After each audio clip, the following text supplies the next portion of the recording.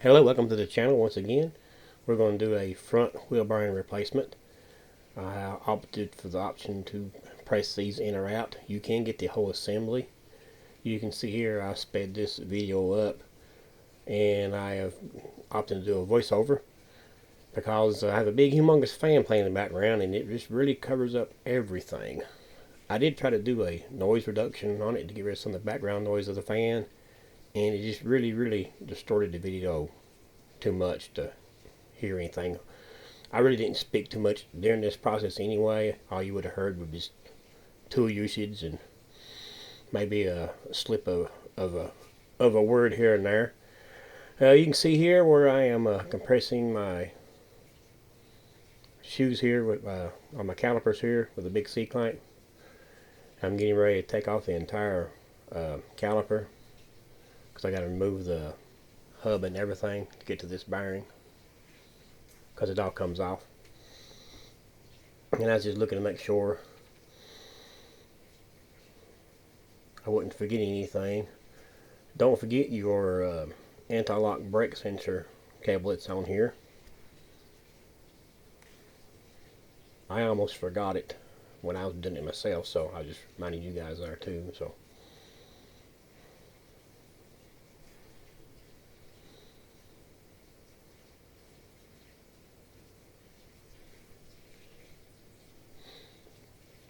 I put a complete list of all the tools that I used in the description so you guys could see it, and I may even make a listing here at the ending of the video.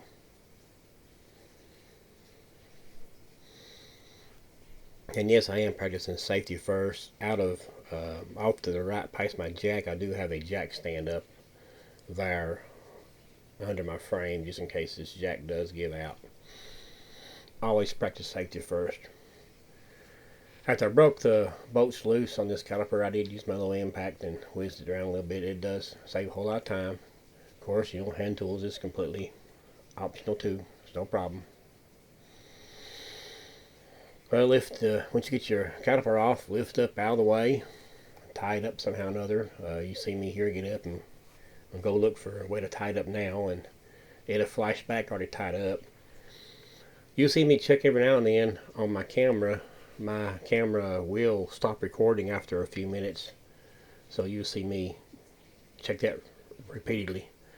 Here I made a big dummy mistake here and was trying to loosen the spline end of the boat instead of the nut itself. So then I realized what I done, and I do change sides, and it just loosens right up, no problem. So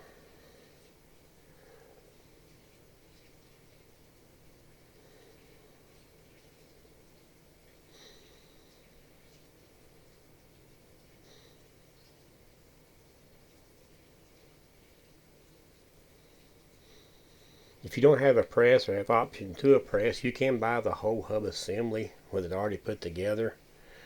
You just have to take all that off. It may save you guys some time, but the expense is more. I think it's like $200 some for the entire hub assembly. I think just the bearings themselves was under $80.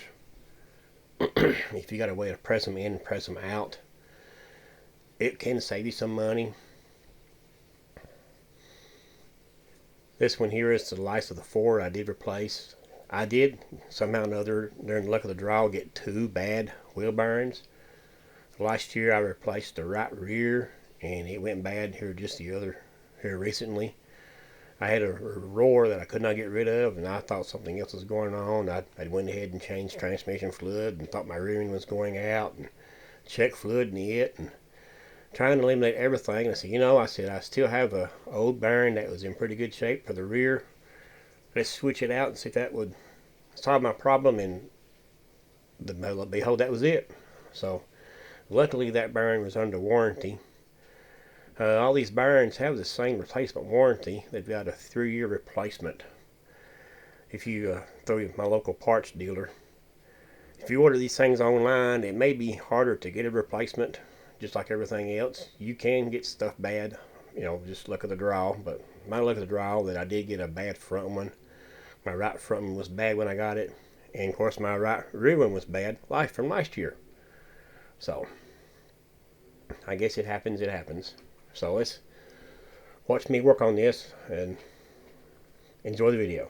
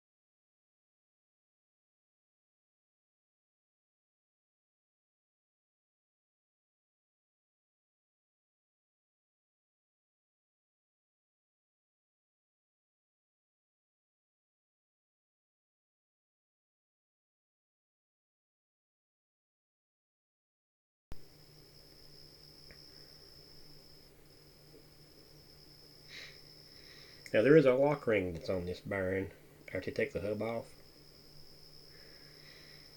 After you do, unless you went ahead and opted for the complete assembly, and you don't have to worry about doing this. Sometimes these are really bad corroded in, like mine was. I believe this one had gotten hot, looked like the bearing had. And I say it got a little hot and heated this ring up and stuff. And here I take this screwdriver and hammer and try to break everything loose. And I probably could have sprayed some penetrating oil around it, but I didn't do that. I was stubborn, didn't do it. I was hoping it would come out without it. You can take this out with just a screwdriver by itself. I do have the pliers to grab a hold of the little inside part of the little snap, the little ring right there. Of course, you can use the screwdriver if you so wish and just pry it out one little at a time. A lot of times these have a tendency to still fly out and spring out somewhere. This one does do that even if I do use a little pliers, so just be careful. It didn't go very far where I did use pliers. I say if you probably did pry it out with a screwdriver, it probably have a little more force behind it. Where you just pry it out with a screwdriver, and it probably would go further. And they can be stubborn to get out sometimes too. So, and of course they're just as stubborn to get back in too. So sometimes they fall right in, sometimes they don't. Sometimes they come right out, and like you see here, sometimes they don't come out real easy. But here I use the screwdriver and pliers both, and of course this does fly out across my driveway, but it doesn't go very far. You see here I pried it up and it just shoots right out, but it didn't go far.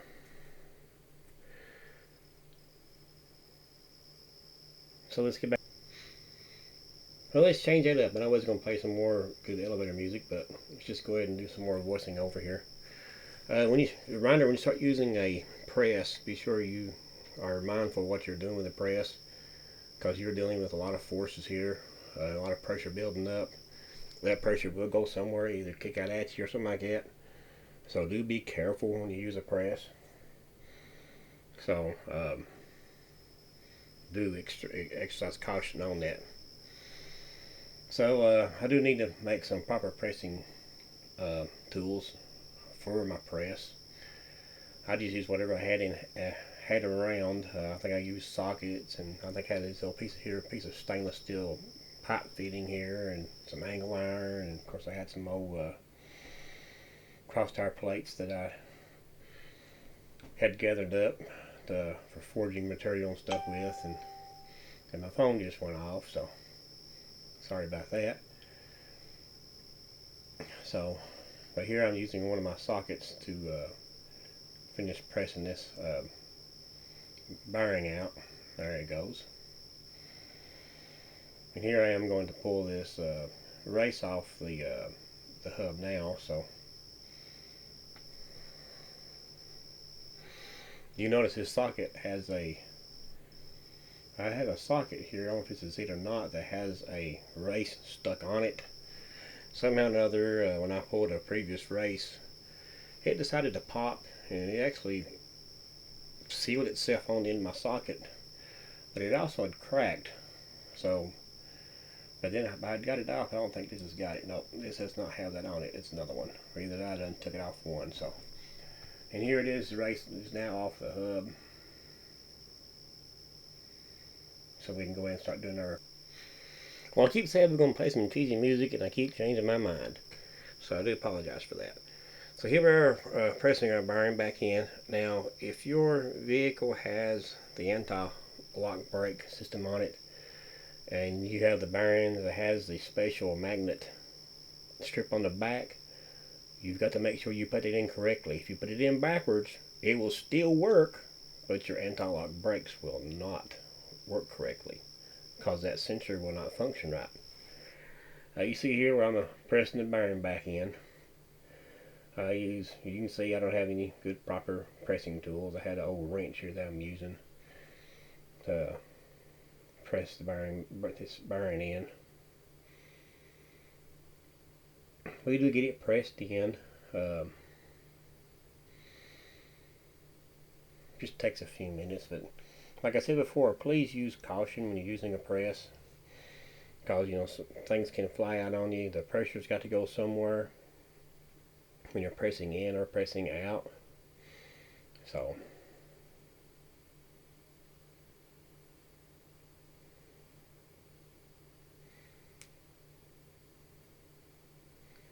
I didn't show it here, but after I got the bearing pressed in, I did put that lock ring back in place. Don't forget that. If you do press your bearing in and out, that lock ring has to be in there. If it don't, you're in a heap of trouble. Be sure that lock ring is in place. Now be careful when you're pressing this in. If you have an inner race and an outer race on your bearing, sometimes they will separate a little bit. Mine did try that, so I had to turn it over and press it from the back again just a little bit to make sure that my inner and outer races did stay together. It moved just a little bit, Of course, where these bearings are pre-lubed from manufacturer, that little bit of play could give you some room there for your grease that's in this bearing to come out. So there is no way to grease these bearings. There's no grease fittings on them, so they are factory greased already. So a little bit of warning there, people. Make sure if you do press it that your inner and outer races are still where they're supposed to be. Now they got our bearing pressed in, all we got to do is just put it back together. Be sure you do your correct torque specifications. You either look them up. Sometimes they may be in your owner's manual, or if you have a service manual, they should be listed. I can list them in the descriptions below. So I do hope this has helped somebody. It wasn't a lot of great detail in this video, but this just shows that just the everyday Joe can work on their vehicle. And this also goes for the ladies too. You know, they can work on their vehicle too. They can change their oil, and they can work on their tires and their brakes. You know, it's just doing it's all you gotta do, people. So if you got a buddy that can help you, say, hey, help me. Got some time?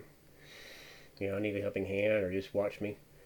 If you do decide to do this yourself, you know, take your phone or whatever and take plenty of pictures so you have plenty of references so you know where everything went. Because that way you won't make no mistakes. And if you have any parts left over, people, you left something out. So this is one of them jobs you don't need to have any parts left over. So, and as always, I do thank you guys for watching. Hit that like and subscribe button if you haven't already.